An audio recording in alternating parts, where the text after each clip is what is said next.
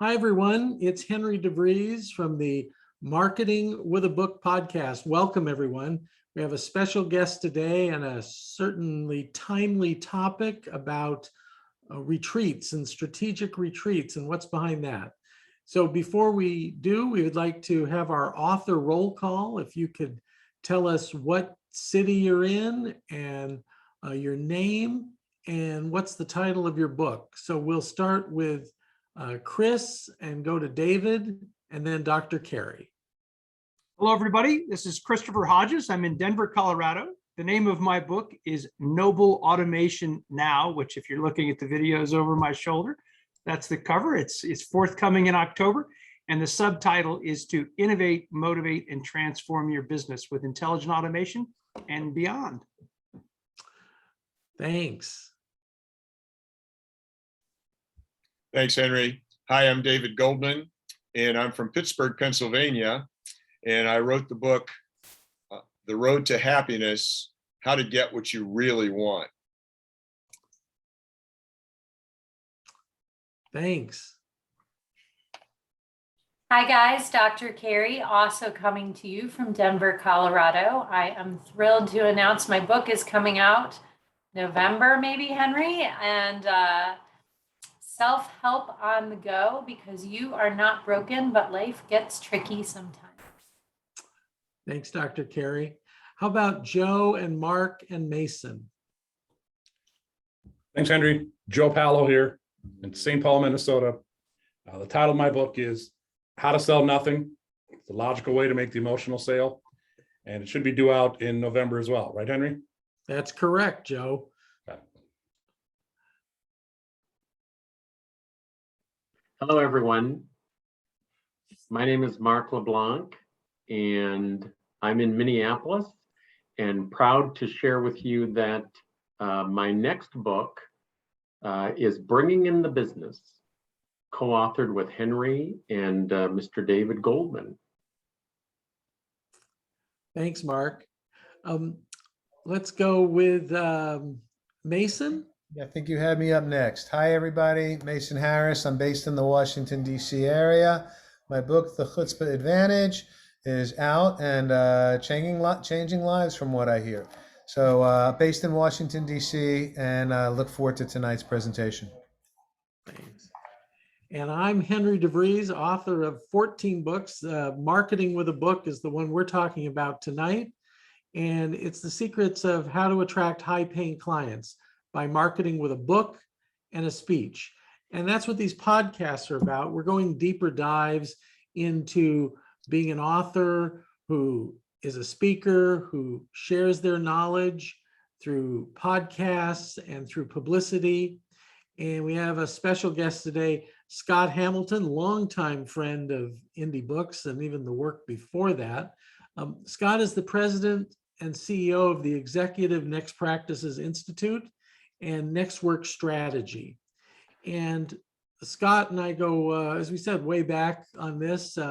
Some of the concepts that I tested out in Marketing with a Book, Scott was a beta tester for that. And we were putting on events and organizing speaking opportunities for other people. He still continues to be a good friend of the authors of Indie Books and has booked many of them for his meetings with the Executive Next Practices Institute.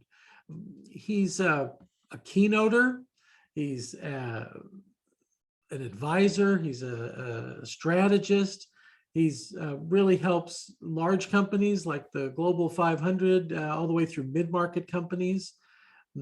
In his prior role as an internal corporate leader, he held key marketing, strategy, human resources, and organizational effectiveness roles for such companies as Nestle, Bergen Brunswig, Honeywell, ARAMARK, Golden, State Foods, and DirecTV.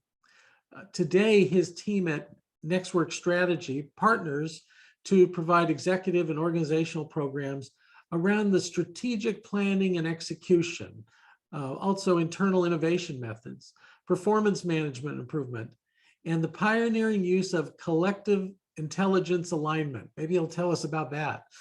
Hamilton is also CEO of the Exec Next Practices Institute, which is the Global Enterprise Innovation Forum that's based at the University of California, Irvine, Beall Applied Innovation.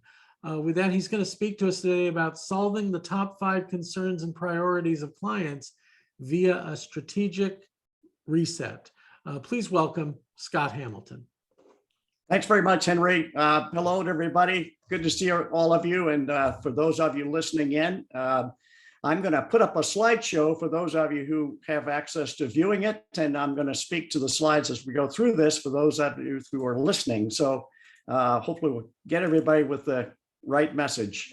Henry, if you'll give me a thumbs up if you're getting our slideshow here. As Henry mentioned, we're going to do a quick around the world on this idea of solving the 5 top concerns of clients here in these turbulent times via a strategic reset. Let's get right to it. What are the top 5 concerns of CEOs right now? Number 1, they want to have a deep understanding of their markets and customers. Understand where their customers are going, where their markets are going. Secondly, fear of missing out. You hear this a lot in the stock market. It's particularly true of CEOs who are worried about their value proposition suddenly disappearing in these fast-paced industry moves. And you see a lot of that overnight. I can give you dozens of examples, but you've seen those solid value proposition virtually evaporate overnight in today's markets. Number 3, the organizational capacity to adapt, the capability to adapt to changing market circumstances, whether they're on the loading dock or they're in the C-suite, this ability to adapt and flex to the changing conditions. The big number 4, technology that works, technology that's integrated, that's adaptable, that's appropriate for their firm. Number 5, they want leadership that has impact, that is including people, that is trustworthy, that can make a decision. There's your big 5. Now, if you go back to the movie No Country for Old Men, the famous scene, I've probably watched this 200 times. There's a nice clip in there where the sheriff felt like he's overmatched for his environment. And that's what we're kind of all feeling right now. And yet it's not about us. It's about what's happening all over. So it is a time for a new plan. How do we strategically reset for these times when everything is changing at once? We've always had change, but not at this velocity. So here's our problem, though, if we talk about a strategic reset for ourselves or our clients. Number 1 is most of us say we have a strategic plan. We have a business plan. We put it together last year. We know how to do strategic planning. We've been doing it forever. The problem is less than 10% of those plans can be executed in today's environment, or they're not executed at all, or they sit on a shelf, never to be touched or looked at again. That's the biggest issue we're facing right now. How to get a plan that actually works in today's markets. Often this strategic planning process, whether you've probably noticed this yourself or you're among your clients, it's the annual moving of the deck chairs on the Titanic, just moving a few things around and hoping it might work differently. Or it's something like this, and I love this quote by Mike Tyson. Everybody's got a plan right until you get punched in the mouth. So it hasn't been pressure tested, particularly in today's markets. That's a risk that you have. Here's the other issue we have in dealing with clients. They do not want a strategic plan. If you try to go out and sell or prescribe a strategic plan, they don't want it. Dentists don't advertise root canals. Everyone needs one from time to time, but they don't want it.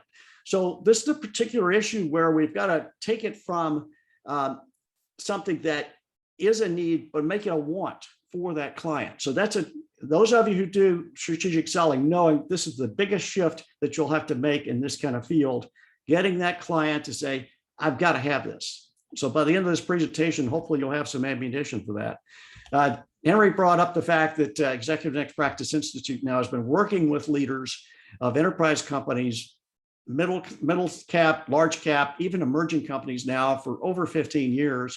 We've seen over 85,000 of them in several hundred sessions. So this is what they've been telling us. In addition, we've been trying to get them outside of their box, outside their circle, to look at new value propositions, new ways of doing things. And the biggest thing we prescribe to them and to you is your next innovation is not going to come from the field you're in. It's probably going to come from outside your industry, from a new, fresh idea that you pick up from somebody else that's outside your sphere of influence. The information I'm also sharing today comes from our Nextworks Strategy entity, and that's what we do all day, is we help companies do these strategic resets, get them ready for today's markets, get them ready to execute appropriately in today's markets. By the way, we're really pleased that last week we were nominated to be an Innovator of the Year by the Orange County Business Journal. Here are some of the clients we work with. Again, you see a lot of mid caps in there like Printronix and Altura Telecommunications, and some large caps like Golden State Foods, Nestle, AmerisourceBergen, Honeywell. So we work with both the smaller startup companies all the way up to the larger billion-dollar companies. And that's where we're hearing some of this information we're getting now. So here's the prescription for getting your clients into a strategic reset. And I'm going to put all this up at once here and talk it through for those coming through on an audio basis. First, we're going to presume that you're still working in a virtual or at least a hybrid environment with your client. That is, you're having to deal with them via Zoom or some other instrument in a virtual environment. It's most critical at this point to getting this conversation with them early in terms of starting to plan the plan. That is, how are you going to design it? What kind of diligence do you want to do? What is the purpose of their company and how do you align people to that purpose? During the strategic session, our focus is going to be on including as many people as we can in ideating new ideas, gaining broader perspectives, picking up new methods to strategize, and understand the implications of new directions that come out of these conversations.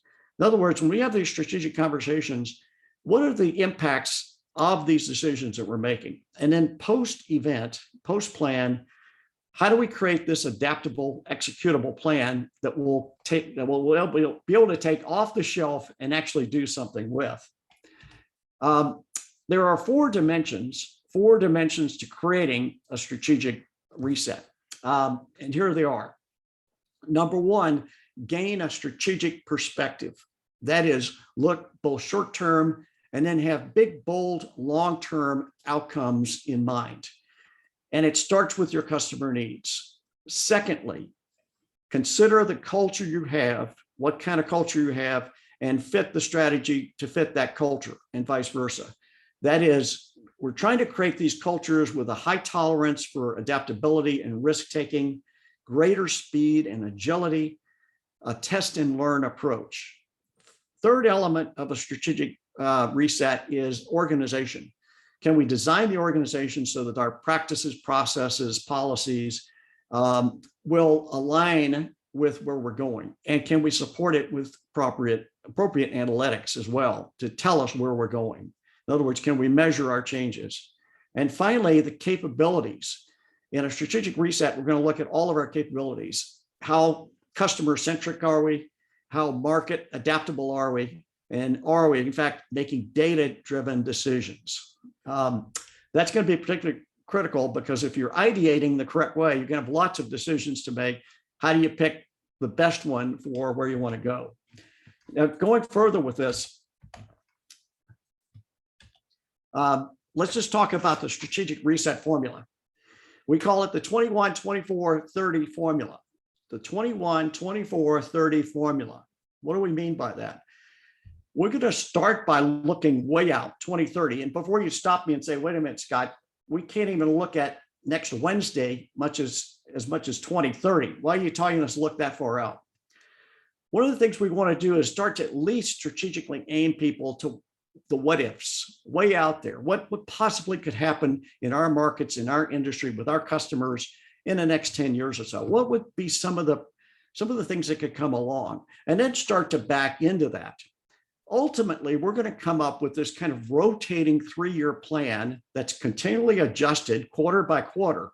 But at some point, we have to say, all right, here's what we're going to stand for pretty much for the long term. Let's back into that and start to craft this 3-year plan. In the 3-year plan, we're going to look again at markets, customers, talent, operations, financial, and technology. For the purposes of this presentation, I can't get into all aspects of a strategic plan. So I'm just going to touch on a couple of tools and techniques here, particularly at the front end. But again, your overall strategic plan has to contain these core elements. Again, markets, talent, operations, financial, and technology at a minimum. Your role as an advisor to these clients is critical. You're going to help them maintain the focus, accountability, make sure they're including all voices, give them perspective, and most importantly for you as the advisor, give them a dose of reality. Give them a dose of cold water in the face from time to time when they seem to be going down a wrong track, or they're just not making the kind of decisions you think they should be making. What I suggest you not be is a facilitator. That's going to go counter to everything you've ever heard. I'm suggesting you not be a facilitator of a meeting.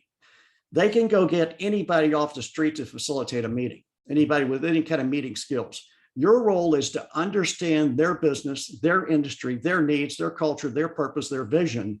Understand it so you're working with them, not apart from them, if that makes sense. The CEO has to feel comfortable enough where they are sitting on the sidelines as a part of that team, as opposed to having to step in for you from time to time to run the meeting. That's a critical part. It's a trap we've fallen into in the past in thinking of ourselves as facilitators versus a true baked-in advisor to these companies. It's a big leap, but it's one of the ones you have to take if you're going to maintain a long-term relationship with the client. The starting point, as I mentioned, is helping them gain strategic perspectives outside their business. That is, at the front center of this slide that I'm showing is the business plan. Outside the business plan are the key external factors, the market trends, the overall market itself from a customer perspective, the economy, and industry trends. All those external factors, how are they impacting the core business model? You can help them in terms of setting the stage then for ideating their future in this way. And I'm going to throw up 4 or 5 things here, and I'm going to read them for our audio audience here.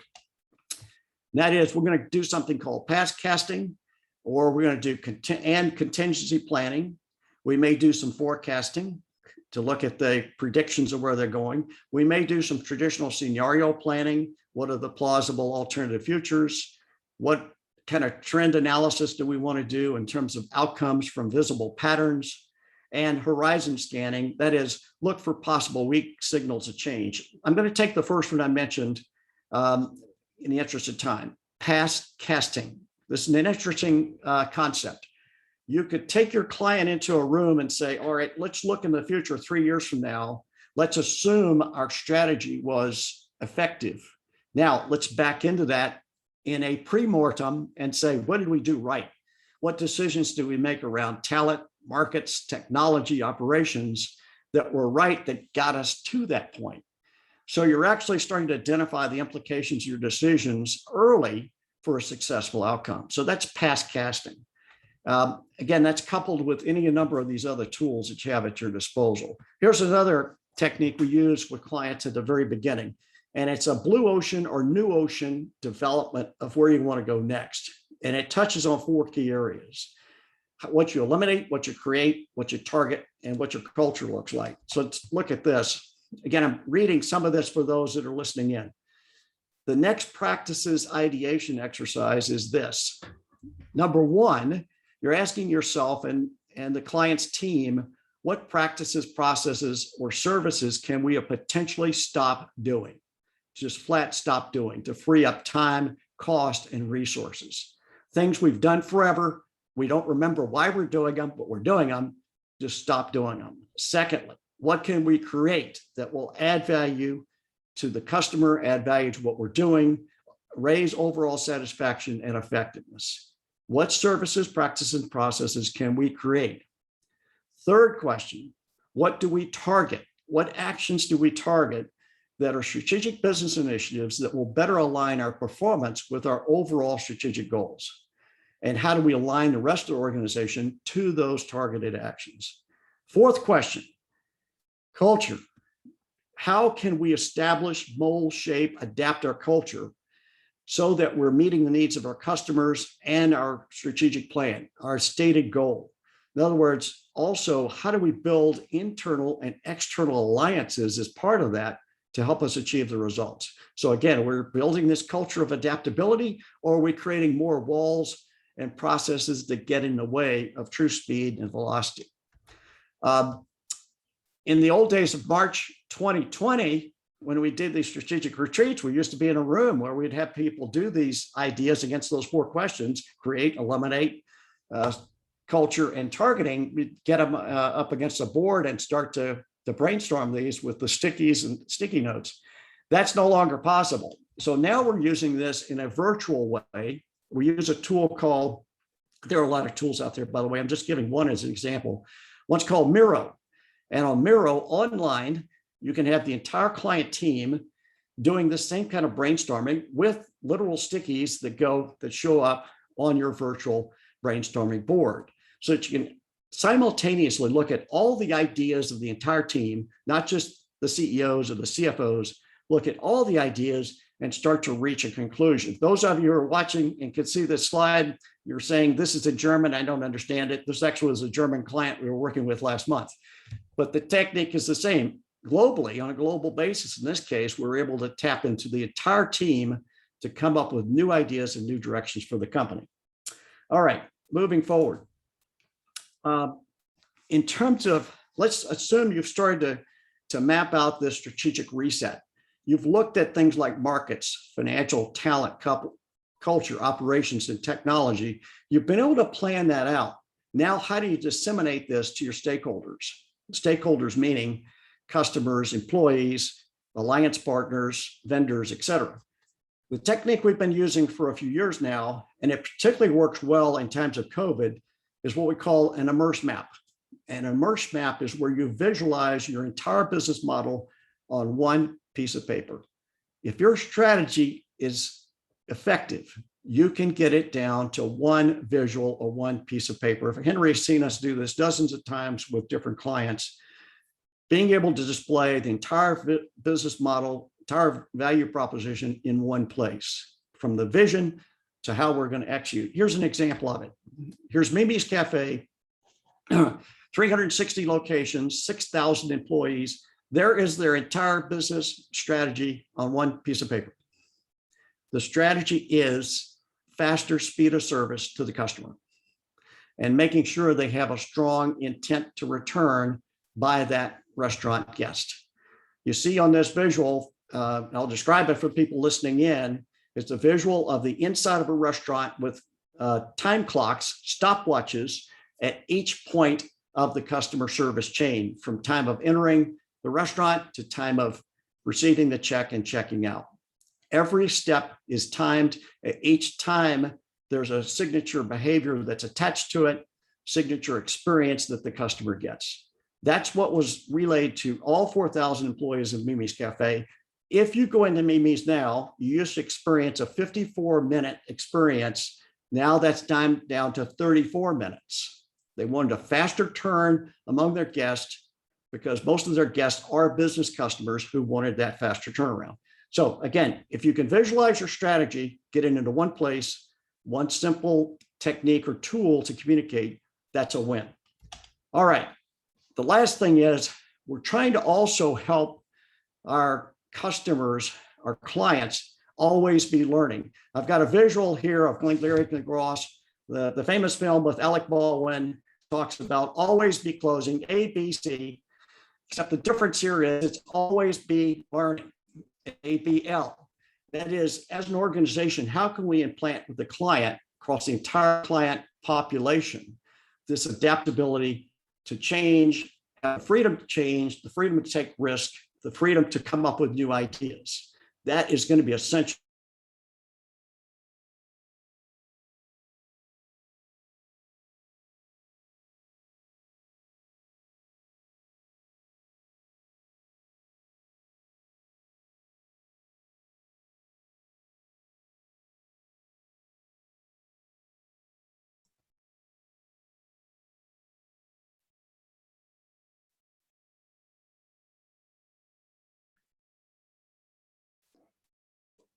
Did we lose Scott? I was wondering if it was me. It might have been bandwidth there. So I'll jump in here. People like Chris Hodges, no stranger to this in dealing with the large organization and having to get complex ideas through. A lot of us, if we're dealing with a smaller organization, I'm just saying, what are the principles here that you could take with you? And one is, instead of calling it strategic planning, call it a strategic reset. I love that. When I was in college, I made a vow that I would never drive a station wagon or join the PTA. And 15 years later, I'm driving a Toyota Previa minivan, and I'm attending a meeting of the Parent-Teacher Alliance. And I'm going like, wait a minute. They just repackaged it, but it was they were the same truths, just repackaged for people. So sometimes leading retreats is about that. I know Mark and I and David and I, and we're really looking to our business model to be leading these strategic resets for people who are trusted advisors, financial advisors, attorneys, marketing firms. It's a time where, to Scott's point, they're going to say, oh, we have a strategic plan and we know how to facilitate a strategic meeting. What is the extra you can bring? So Mason, I think about you and chutzpah and with what you do for salespeople and all this, and maybe there's a chutzpah reset there. Scott, I see that we've got you back. Thanks for coming back. Yeah, I'm glad I could join you. Thanks to, it looks like we had a rolling blackout here at UCI, so I'm back with you. Okay. I'll go to mute and turn it back to you to let you wrap up what you were saying. Well, I just think I'll leave it at this. I think one of the key things is, without going back into slideshow, but the 3 points is, in terms of working with your clients now, what can you do to establish their outcomes, get some clear outcomes now within the next 90 days? In other words, try to get them to commit to something they can sit down and plan out within the next 90 days. And then secondly, who are they going to involve in that meeting? You can't involve everybody, but certainly the core team and perhaps certain segments of their population they want to get involved with this virtual or hybrid strategy planning event. The third point goes back to this whole thing about making it a want versus a need, and that is, what is their cost of not doing anything? If they don't do a strategic reset, are they likely to be run over by these markets? Again, the number of threats right now are multiplied in this kind of marketplace. So again, your audience, many of them already experts in strategic planning. This is an ideal time, fall planning season, to go back at them and saying, what do we need to get on the calendar now? And so everyone knows the two big days of renewal for American business is the day after Labor Day and that first Monday when we get back in January. The day after Labor Day in the season we're in is when people are trying to figure out, are they going to hit their numbers for the fourth quarter, and what are they going to do to start? Now, I could turn the talking stick over to Mark, that all of us, we don't want you to be getting ready to get ready. We want you to be attacking the fall. So this is a high time to get a lot of stuff done and set people up. Scott, something I was interested in what you said, and if I could get you to spend a little more time on it, is needs versus wants. And I recently did a Forbes column on, it's a lot easier if you sell a want. If you sell a need, there's some more work that needs to be done. It's not game over, because plenty of dentists have to sell to needs, and you brought that up. So what's your view on the creating this as a want? You said help them see this as something they want to do. Well, you've got a lot of great examples that occur every day in the media of companies that are falling by the wayside. They're getting run over by the marketplace. You've got any number of Netflix examples where they've blown out Blockbuster. or going back to the Sears model for a few years ago, or just looking at what's happening in the streaming services and other markets right now. The risk is high for all businesses. I don't care if you're an incumbent that's been around for forever. Your model's at risk. Jeff Bezos is famous for saying, look at what's not changing and go after that business, go after their markets. So you've got a lot of clients that are perhaps in that situation. They intuitively know it, but they're reluctant to share their strategy with you. Again, strategy, Henry, as you know, is a very, very personal thing. This is like going to your doctor, using that example. They're sharing things that they would not normally share to the public, and you're often under an NDA anyway, working with them. So the idea here is to, first of all, you've got to be trustworthy enough. And Henry's always got a great phrase, you've got to do good work. You've got to do good work. So they've got to know at the end, the outcome is going to be not only a great plan, but that you've taken them through a process to give them enough comfort to know they've got the right end result. So again, shifting it to a want, again, they're at high risk right now. They're at risk. Most are in a situation like, again, fear of missing out, this FOMO feeling. So you've got this opening right now, and it's particularly acute right now, as we talked about in the fall season, going into 2022.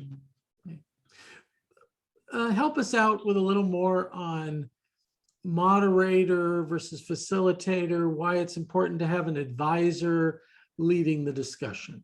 Here's the biggest mistake we see, and we had a session workshop on this 2 weeks ago.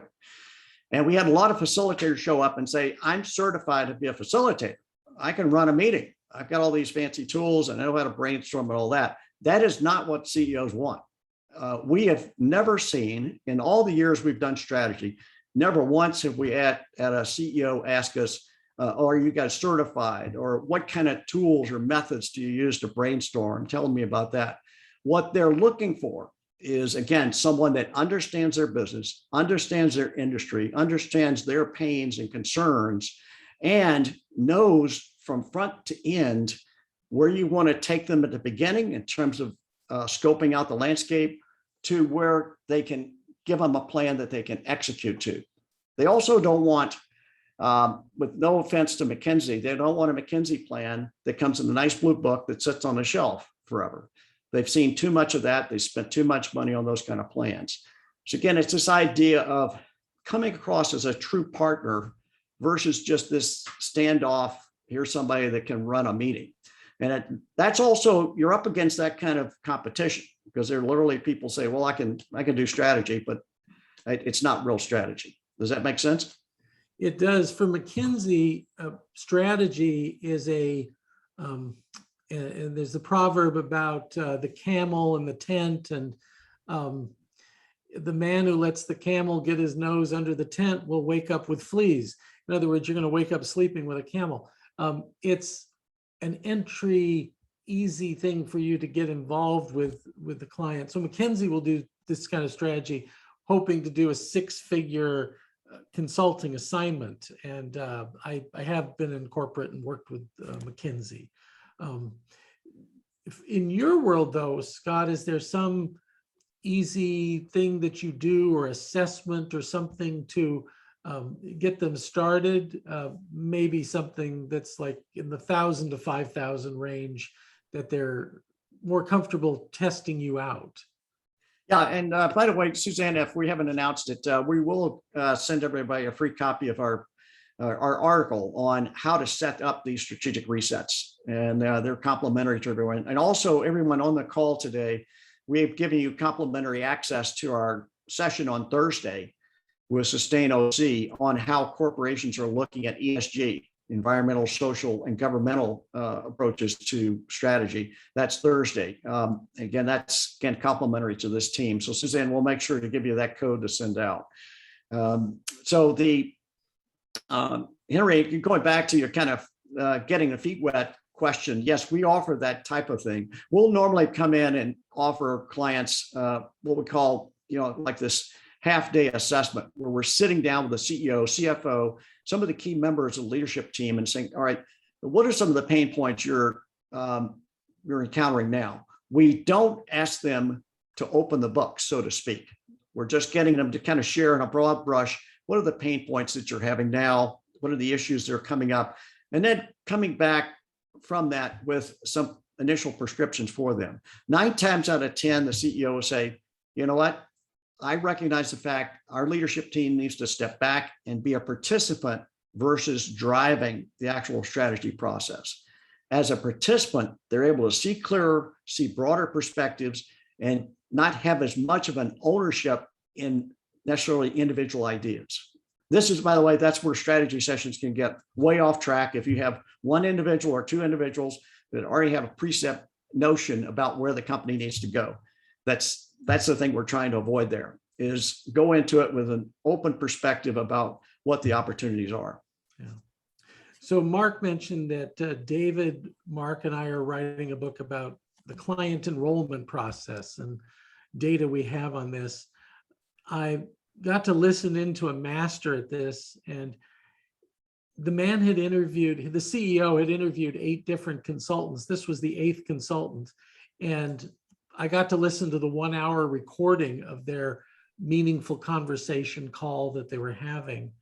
And it got to the point where the CEO says, well, how much does this cost, the range? And the person said, well, typically we charge $15,000 for this, but I don't see that for you. Because it doesn't make sense that you would agree to that right now.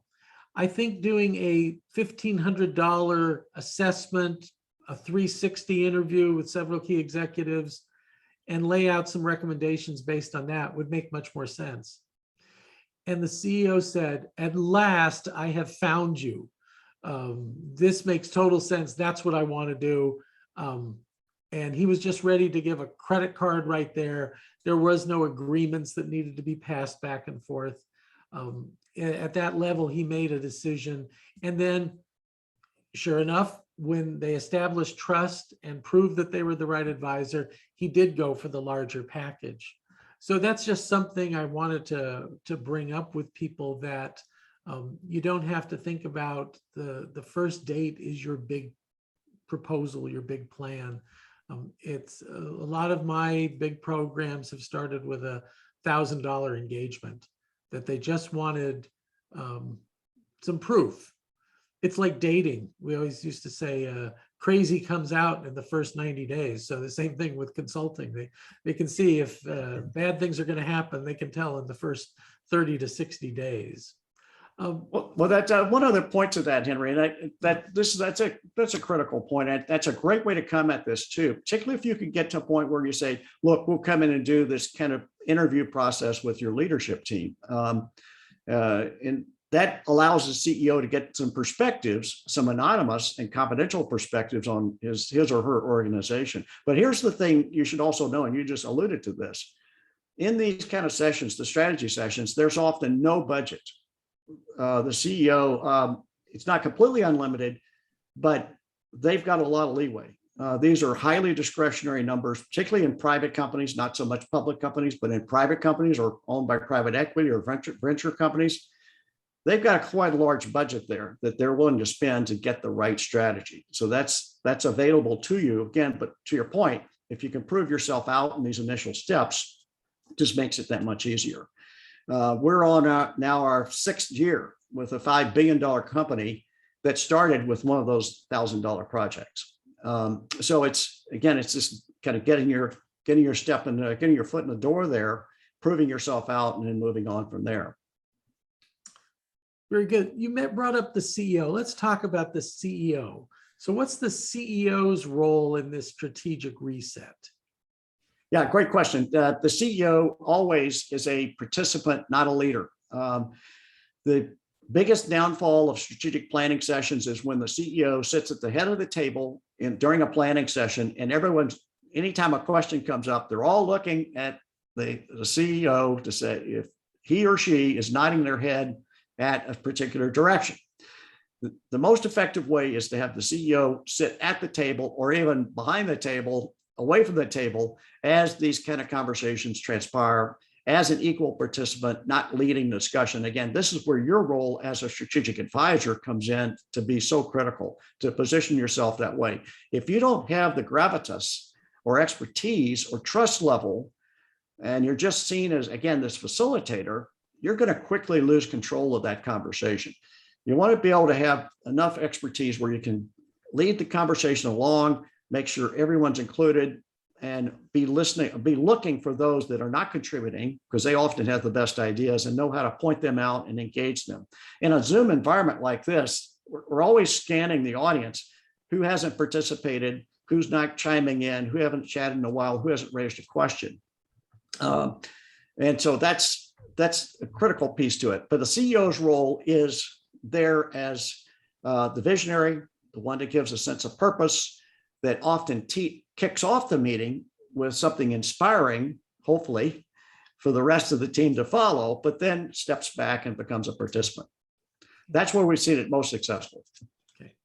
So a question that's come up in the chat. For those information graphics, like with the memes, do you have a graphic illustrator you work with to do that, or how do you get those drawn up?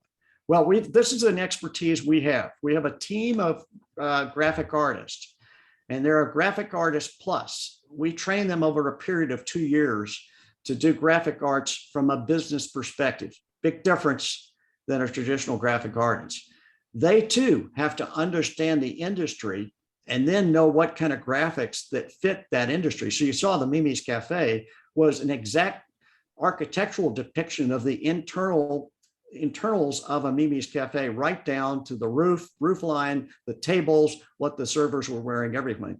The graphics artists understood that and worked with us on the flow. So, you know, we're fortunate enough to have, we've been doing this a lot. We've got internal folks that do this, but that's something we can also work with others to coach them how to do and how to apply it to a client.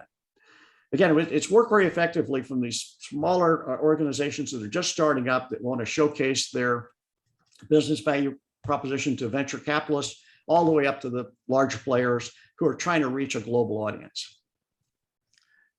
Scott, and no is a fine answer, but are you open to teaming with some of our authors who have access into these corporations to perhaps do a joint strategy session?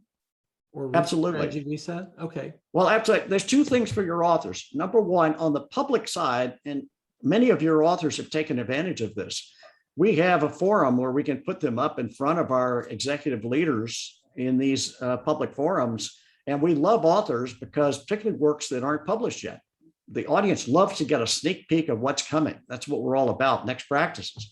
So that's an offer to you on the public side. On the private side, with this Nextworks strategy and doing these strategy sessions, you'll see that we're an open platform and that we partner with a number of people. So we're always happy to plug and play with other consultants, to take a lead role, to play a backup role.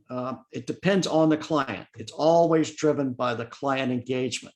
Otherwise, you'll try to drive yourself crazy if you try to set a template. But you always let the client engagement set the tone for who does what in terms of setting up these strategic planning sessions. To answer your question, short answer then, Henry, yes, we partner with lots of folks.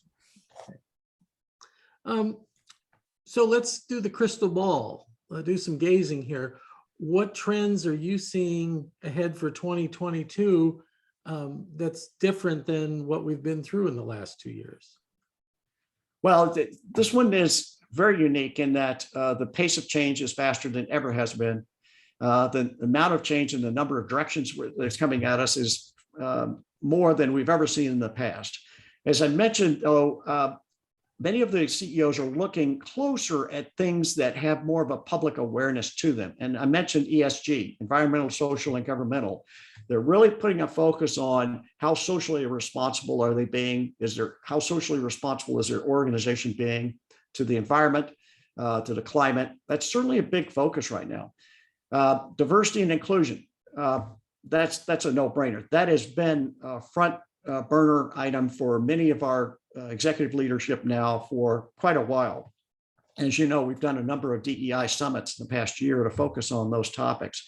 So that is a real focus. How do you include everyone? How do you remove structures and processes and practices that prevent others from being included or prevent being elevated within the organization. That's a big one. The third bucket is this, I keep mentioning adaptability. Adaptability is a capability that's a skill.